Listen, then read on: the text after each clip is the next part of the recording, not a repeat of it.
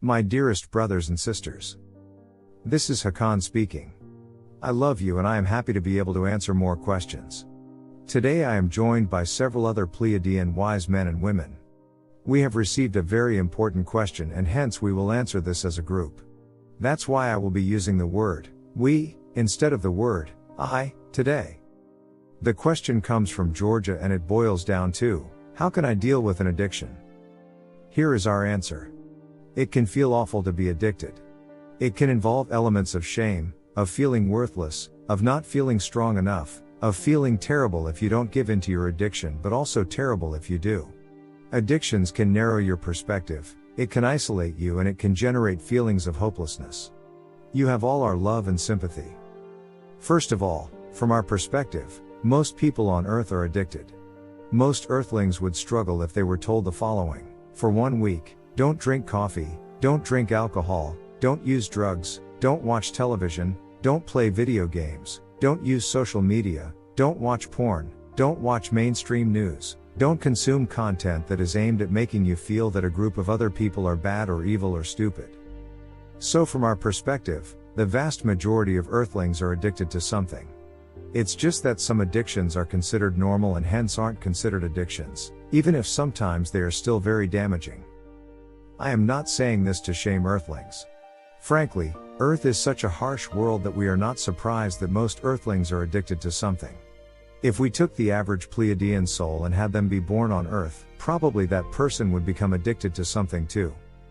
What we are saying is that if you happen to be addicted to something that is not socially acceptable, then yes, it would be good to work on yourself. However, most other people are addicted to something. They just happen to be addicted to things that are socially acceptable. That said, some addictions certainly are more unhealthy than others. If you have an addiction, we would advise you to go to a psychologist. This is doubly true if the addiction is to something very severe, like hard drugs. But not everyone has access to one, so we will also offer our perspective. We think that addictions are fed by old trauma or by a lack of direction or meaning or social contact. If someone is happy, is part of a community and has a meaningful life, then they will not likely become addicted, even if they ingest things or engage in activities that can lead to addictions. There is a somewhat well-known Earth experiment that shows this. This experiment is called Rat Park. It shows that if you give caged rats the choice between water and morphine solution, then they will consume a whole lot of morphine solution. So caged animals will consume a lot of drugs. However, another group of rats were placed in a fun environment, one in which they could explore and play and have sex. The rats in this so-called Rat Park preferred water to morphine solution.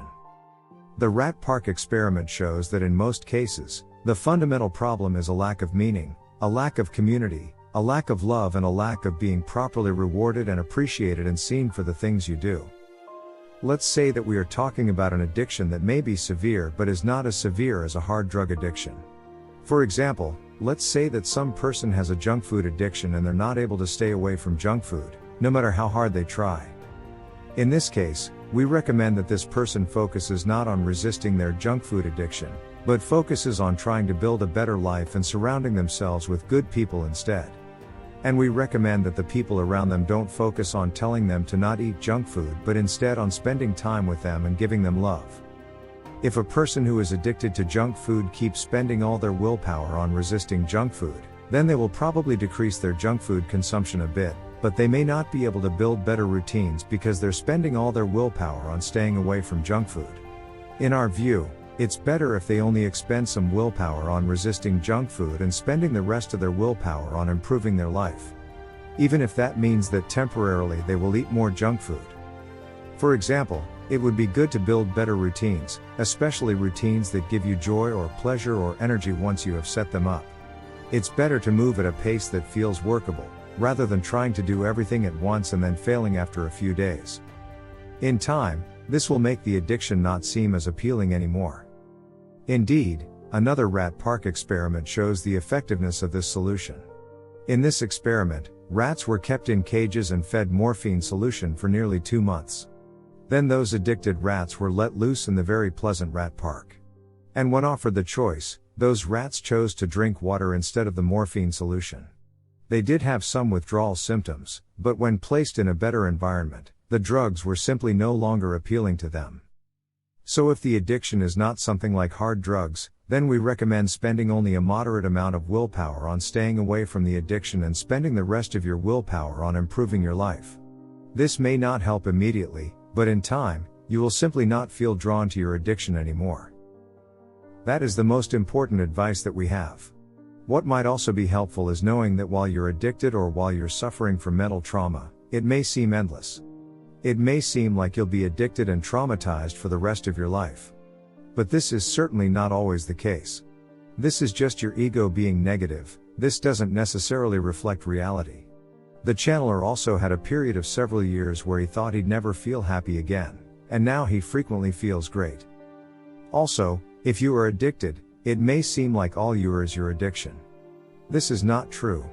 You still have other character traits, other qualities, other things you are good at, other things that people appreciate about you. You are more than your addiction. You are appreciated and you are loved. I would recommend Tunia's message called, How to Heal. A lot of that information is helpful for people with addictions, both in terms of dealing with so-called negative emotions as they arise and also potentially when dealing with old trauma. That message also contains 2 kinds of alternative healers that may be able to help you. We also recommend Tunia's message titled the ET Diet, because a lot of people eat too few carbohydrates and would feel much better psychologically if they simply ate enough carbs. It will actually shock some people just how big a difference this makes. Not all, but some psychological issues can literally be solved just by eating enough carbs. We hope this helps. We love you very much. And we also want to thank you for being on Earth at this time.